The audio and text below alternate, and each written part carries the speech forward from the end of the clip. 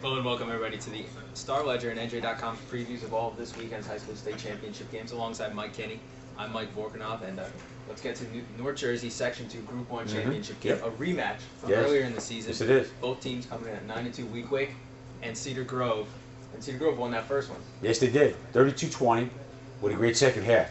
Weequahic had a 7-6 lead. Second half comes around, Weequahic made a couple mistakes. A couple penalties that were key, and a couple turnovers as well. Cedar Grove did a great job of exploiting those turnovers, turning them into scores.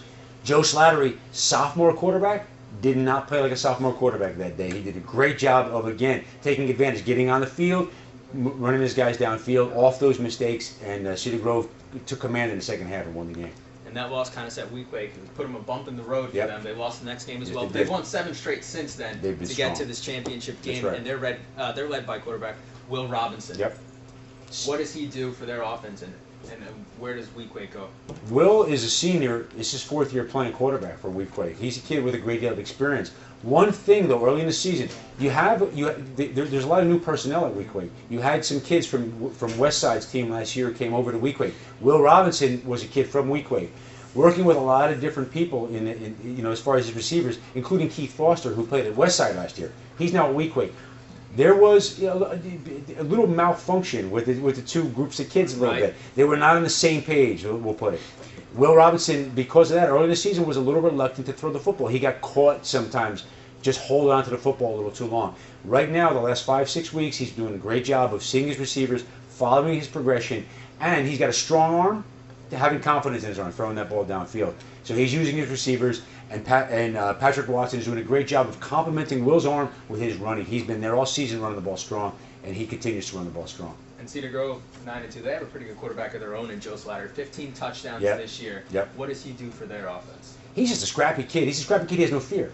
He came into the as quarterback last year as a freshman. They had a little rough season, but they got better as the year went on. They finished their season very strong. They won 4 of their last 5 games. Right now, he's more like a junior quarterback. By the next 2 years, he's going to be outstanding. But right now, he's very strong.